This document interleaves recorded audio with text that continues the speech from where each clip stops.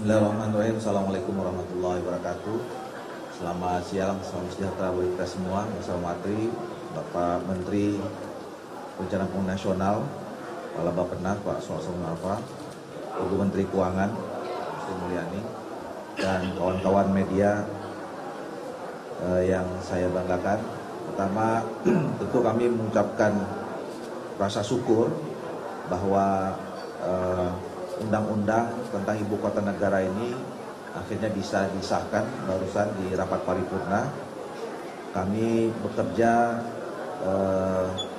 saya sering mengatakan pansus ini bekerja bersama dengan pemerintah dengan konsentrasi yang tinggi.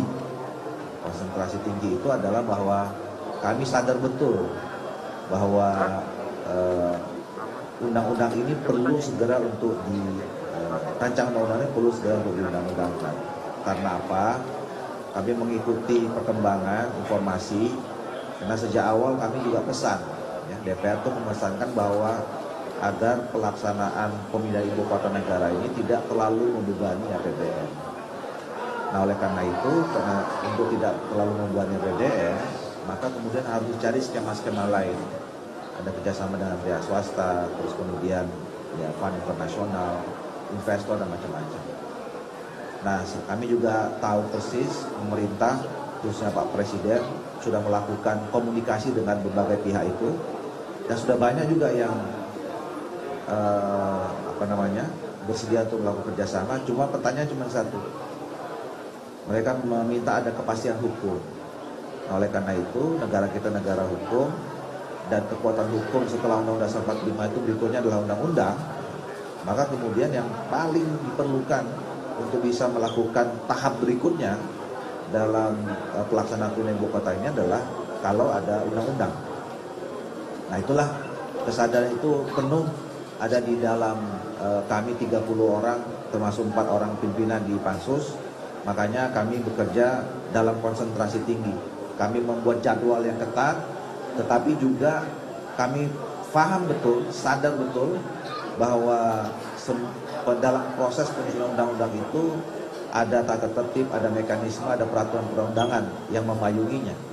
Jadi kami selalu memegang teguh agar undang-undang ini bisa memenuhi syarat formil dan syarat material.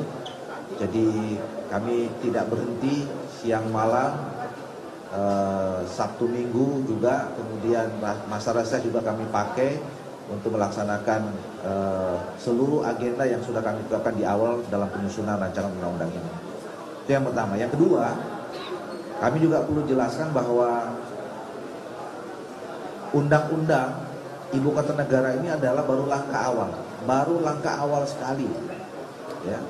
Jadi dia merupakan kodifikasi atau implementasi konsensus kita semua, ya.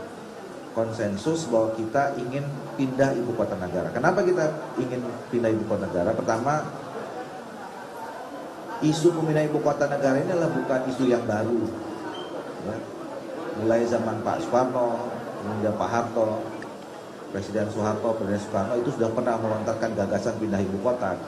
Tapi kita baru mencoba berupaya kembali pada zamannya Presiden Pak Jokowi ini. Artinya ketika kita bicara tentang pemindahan ibu kota itu sama dengan kita bicara tentang visi dan masa depan Indonesia. Karena kita ingin membangun pusat atau epicentrum magnet-magnet baru pertumbuhan, pemerataan, pembangunan Indonesia. Jadi kalau selama ini magnetnya bisa cuma hanya Jakarta, Jawa, gitu ya. Sementara pertumbuhan penduduk kita juga semakin hari semakin besar, Jakarta dan Jawa tidak akan bisa menampung pertumbuhan ekonomi itu kalau pusatnya hanya semua Jakarta.